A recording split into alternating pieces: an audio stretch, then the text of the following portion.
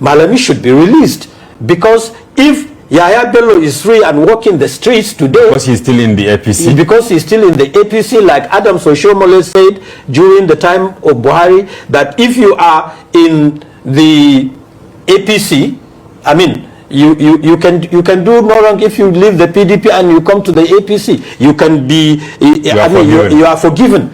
That is the incubation period of this kind of impunity we are seeing today. So there is no literature on the surface of the earth that can change the reality of the ground, that the government is using the EFCC to harass the people, that the government has made the EFCC to be an institution, an instrument of coercion and harassment and intimidation of political opposition. Abubakar Malami, the former Minister of Justice and Attorney General of the Federation, is being haunted by the Economic and Financial Crimes Commission, EFCC. It's no news that Malami served under the late former President Muhammadu Buhari for almost 8 years.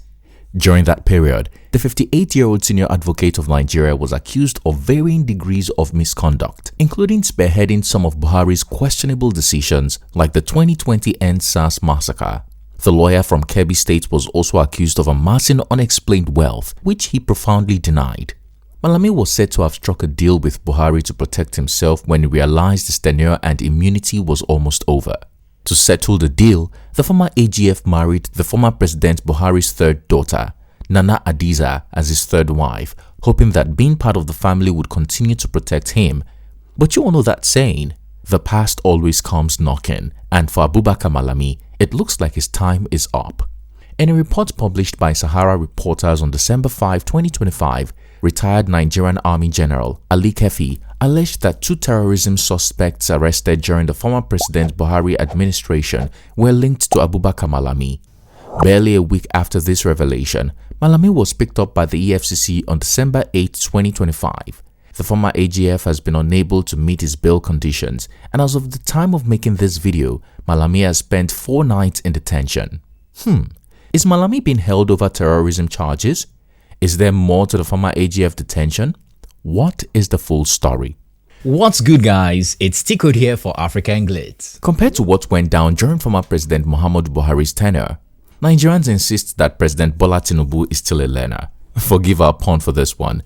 According to newly found report, former President Buhari's cabinet members remain the most corrupt in history, starting with the AGF and Minister of Justice, Abubakar Malami.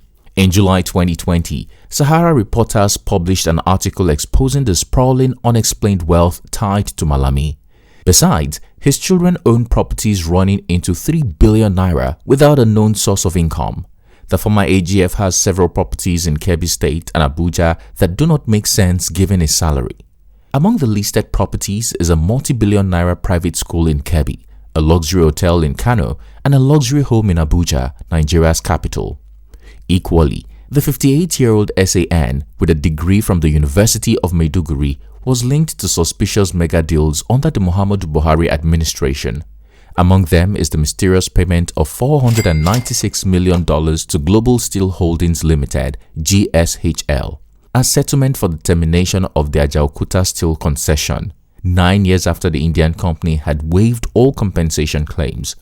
Malami also handled the sale of assets worth billions of naira forfeited to the EFCC by politically exposed persons.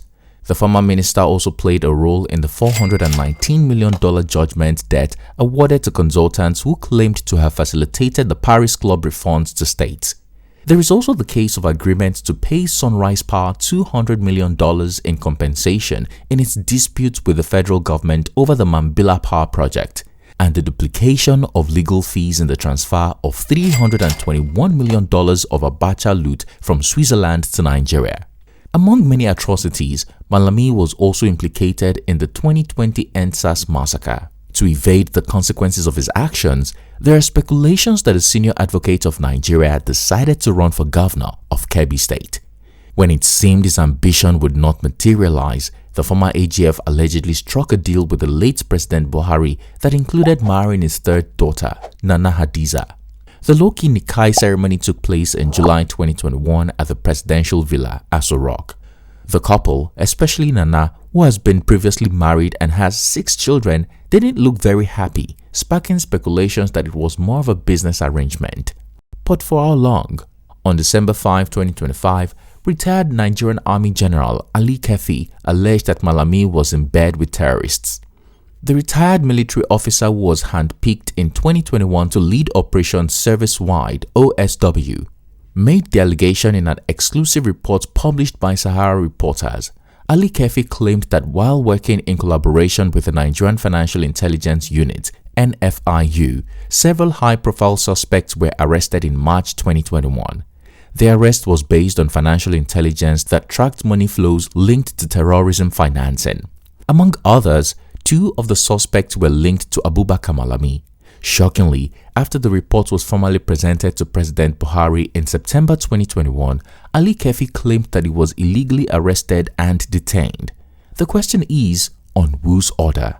Malami spearheaded the establishment of the NFIU, and Ali Kebbi suspects he was behind his sudden arrest, perhaps in a coordinated attempt to halt the terrorism financing probe.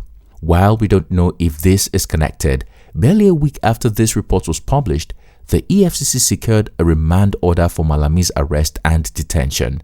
Sources told The Punch that the anti-graft agency is investigating the former AGF for 18 different offenses that include money laundering, abuse of office, and terrorism financing.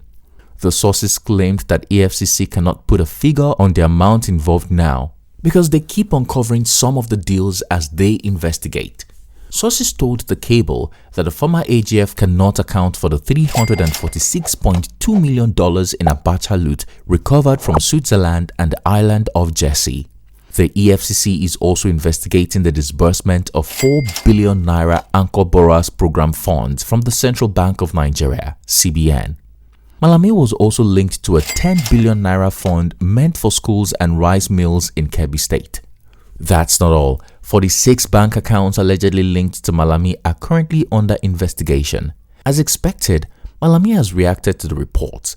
In a statement issued by his media office, the former AGF insisted that his issues with the EFCC have nothing to do with terrorism financing, money laundering, or the ownership of multiple bank accounts.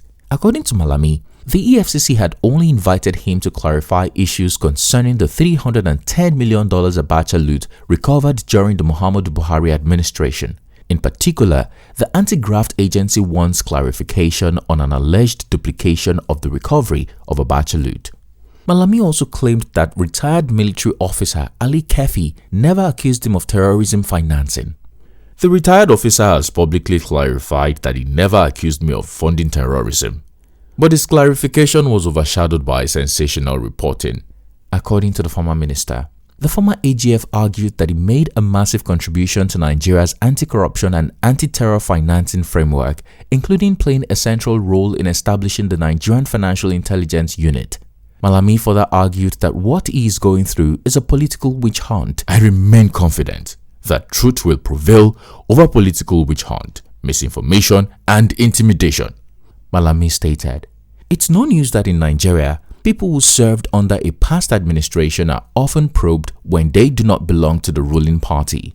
Months ago, the former AGF resigned from the All Progressives Congress (APC). In a press statement, Malami announced that he had joined the African Democratic Congress (ADC) and later declared his intention to contest the 2027 governorship election in Kebbi State. Unfortunately, it looks like Malami will be contesting from jail. Malami has not been able to meet his bail conditions since his arrest. Initially, sources claimed that former AGF spent the night in custody because he arrived late in the evening, resulting in his overnight stay to continue responding to investigators' queries. But a senior EFCC official who confirmed the developments to The Punch said Malami remains in custody until he fulfills the bail conditions. "We arrested him for not meeting his bail conditions, and he will remain in our custody until he meets those conditions," the source said. The bail conditions include the seizure of Malami's international passport, effectively preventing him from traveling out of the country, and the directive that he reports daily to the EFCC headquarters in Abuja for questioning over a specified period.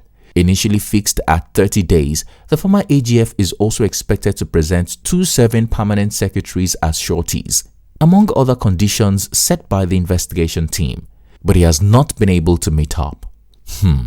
Do you think Malami's past is catching up with him, or is experiencing a political witch hunt? Do you think this has to do with his atrocities while serving under the late Buhari, or could it be because he defected from APC? Finally, do you see these as EFCC barking with no teeth when it comes to powerful Nigerians, and Malami would eventually end up a free man? Let's go to the comment section to share our opinion. If you found this video informative, please like and share so it can reach the right people. Also, don't forget to subscribe to our channel so you can be notified every time we upload a new video. Thanks for watching. It's Tickled here, and I'll see you again soon.